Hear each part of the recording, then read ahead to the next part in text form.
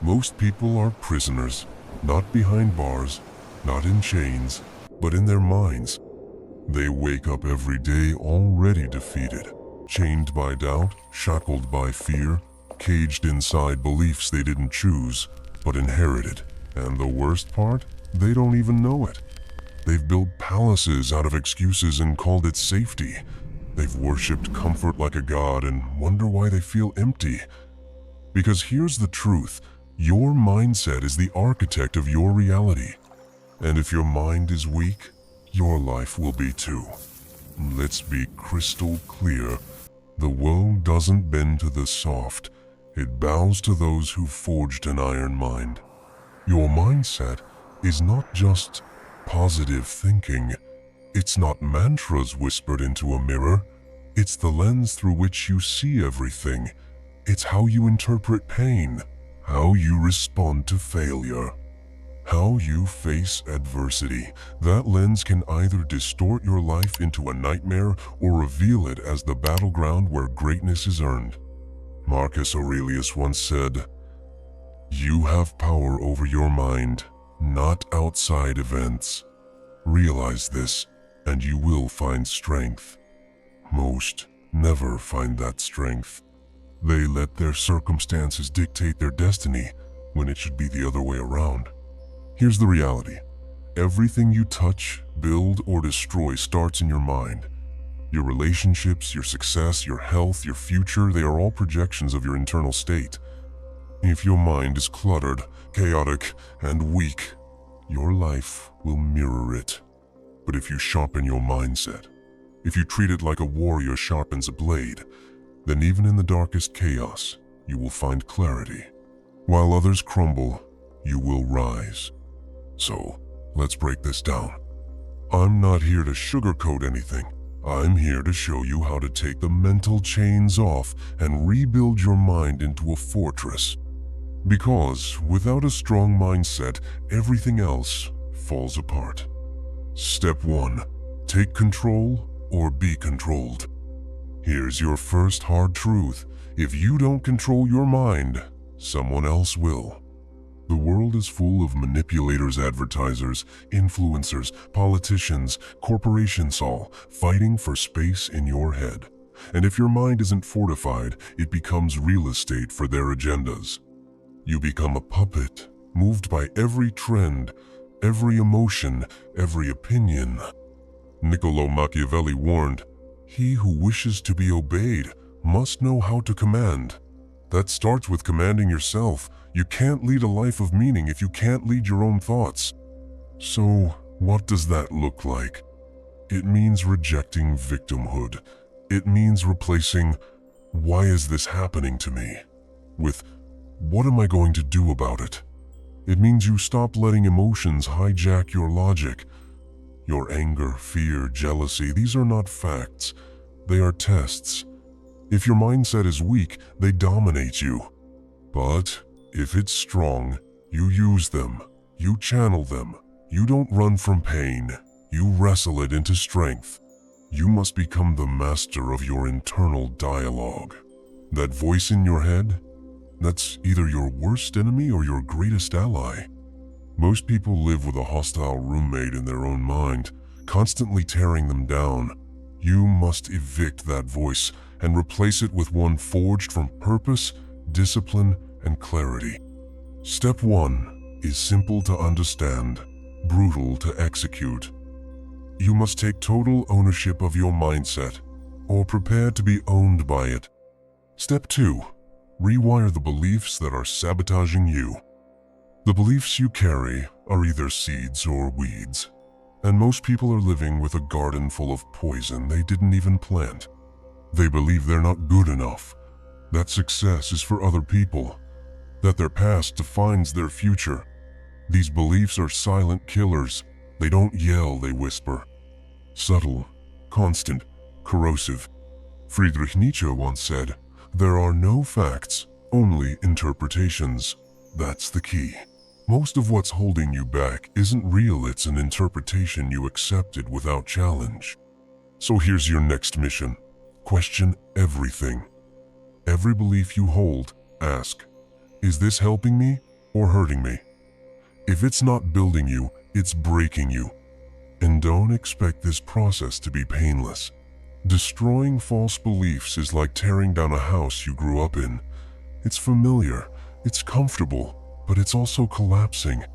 If you want a new life, you need new mental architecture, and that starts with burning the blueprint of your old one. Step 3.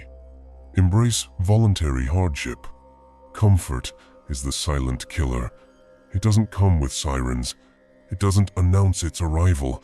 It seduces you, lulls you to sleep, and before you realize it, your ambition is dead, your edge is gone, and your fire has turned to ash. Here's the paradox. To build a powerful mindset, you must seek out discomfort. Voluntarily, repeatedly.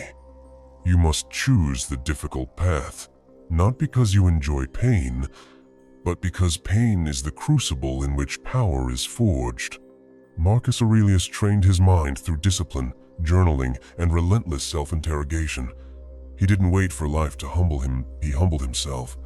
The Stoics knew what most people today have forgotten. Easy lives make weak minds, and the modern obsession with convenience is breeding fragility on a mass scale. So, what do? You make a habit of doing what others avoid. You wake up early when you want to sleep in. You train when you're tired. You speak the truth when it's easier to stay silent. You lean into fear, not away from it. Every time you choose the hard path, you reinforce a critical message to your subconscious. I am not soft. I do not fold.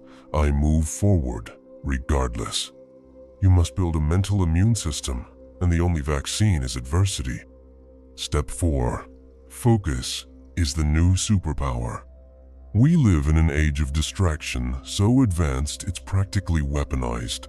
Every app, every platform, every screen is designed to fracture your attention. And here's the brutal cost. When you lose focus, you lose agency. You become reactive, not proactive. Voltaire said, "The most important decision you make is to be in a good mood." But in today's world, the most important decision might be to guard your attention like your life depends on it, because in many ways, it does. A scattered mind can't build. A distracted mind can't lead. A noisy mind can't hear its own instincts. So how do you reclaim your focus? You simplify. Ruthlessly, you cut off what drains you. You say no more than you say yes. You train your mind like a monk, not a consumer. You set clear, non-negotiable priorities. You eliminate the mental junk food and replace it with intellectual protein. Because here's the truth, no one wants to say, the person who masters focus in this era will dominate everyone else, not because they're smarter, but because they can actually finish what they start. A focused mind is a weapon. And right now, you're either sharpening it or letting it rust. Step 5. Identity is destiny. You will never outwork the story you tell yourself. Most people are trying to change their lives while clinging to the same broken identity. They want to be disciplined but still see themselves as lazy. They want to lead but still think of themselves as weak. That's not transformation, that's self-sabotage. Carl Jung once wrote, "Until you make the unconscious conscious, it will direct your life and you will call it fate." Your identity, your self-image, is the blueprint your actions follow. If you don't rewrite that blueprint, you'll keep building the same broken version of your life over and over again. So how do you rewrite it? Not with affirmations, with proof. You do hard things, you finish what you start, you take actions that are aligned with the future version of yourself before you feel ready, before you feel confident, because identity doesn't shift through thought, it shifts through evidence. Every day, you're casting votes for the person you're becoming. Every workout, every discipline choice, every moment you say no to weakness is a vote for the stronger you. Stack those votes, and your identity starts to evolve. You stop acting like the old you because you don't see yourself as the old you. This is the real mind trick, not pretending you're someone you're not, but stepping into the version of yourself that you could be if you actually committed. Identity isn't fixed, it's forged, one action at a time. Step 6. Your thoughts are not you. Most people are slaves to their thoughts. They think a dark idea pops up, and suddenly, that's who they are. A lazy impulse appears, and suddenly, that's their identity. But here's the truth. You are not your thoughts. You are the observer of them, the commander, not the soldier. Buddha said, "We are what we think." All that we are arises with our thoughts. With our thoughts, we make the world. But most misread this. It's not about letting every thought define you. It's about realizing your power to choose which thoughts to align with. Your mind is a battlefield. Not every thought that enters deserves your belief. Some thoughts are parasite leftovers from past trauma, societal programming, or random mental noise. You don't fight these thoughts with more thoughts. You fight them with awareness. When a weak thought enters, "I can't do this. I'm not enough. This is too hard." Pause. Breathe. Observe it. Don't react. Don't identify with it. Let it pass like a cloud in a storm. Then act in direct opposition to it. Thoughts are suggestions, not commands. You are the filter. You are the gatekeeper. You choose what gets to live in your mental space. Master this, and your mind becomes a temple. Fail this, and it becomes a prison. Step 7. The mind must serve the mission. Your mind is a tool, a weapon, a servant to the mission, not the master of it. But most people flip the order. They let the mind dictate their actions instead of letting their vision lead the way. They hesitate when they should strike. They overthink when they should act. And in doing so, they lose momentum and eventually, belief. Miyamoto Musashi, the undefeated samurai, said, "The way is in training." That means you don't wait to feel like doing something. You train your mind to follow orders. You make discipline non-negotiable. You treat your thoughts as fuel for execution, not endless debate. You don't ask, "Do I feel like showing up today?" You say, "My mission demands it, so I show up." When your mind serves the mission, you become unstoppable. You stop giving energy to distractions. You stop letting moods control your output. You become a force, relentless, focused, inevitable. The mission can be anything. Building your body, mastering a craft, leading your family, growing your business. But the moment you let your mind drift from that mission, the cracks begin. The mind is powerful, yes, but only when aligned. When it's divided, it becomes chaos. When it's trained to serve a purpose greater than itself, it becomes divine. So, align your mind with your mission, or watch it betray you. Final step. Mindset is a daily battle, not a one-time fix. Here's the truth no one wants to hear. Your mindset is not a switch you flip. It's a battlefield you return to every single day. There's no finish line. No final level where you're forever strong, focused, and fearless. There's only war, daily war between who you are and who you could be. That's what separates the few from the many. The few accept the fight. They show up even when it's inconvenient. They choose growth over comfort. And they don't negotiate with their weaknesses, they annihilate them. The masses? They want motivation. The elite? They want mastery. Mindset isn't about hype. It's about habits. Discipline over dopamine. Purpose over pleasure. Long-term vision over short-term validation. You will not always feel like it. You will not always believe in yourself. But if you've trained your mind, that won't matter. Because action doesn't require permission. It only requires decision. So burn this into your psyche. You don't need to be perfect. You don't need to be fearless.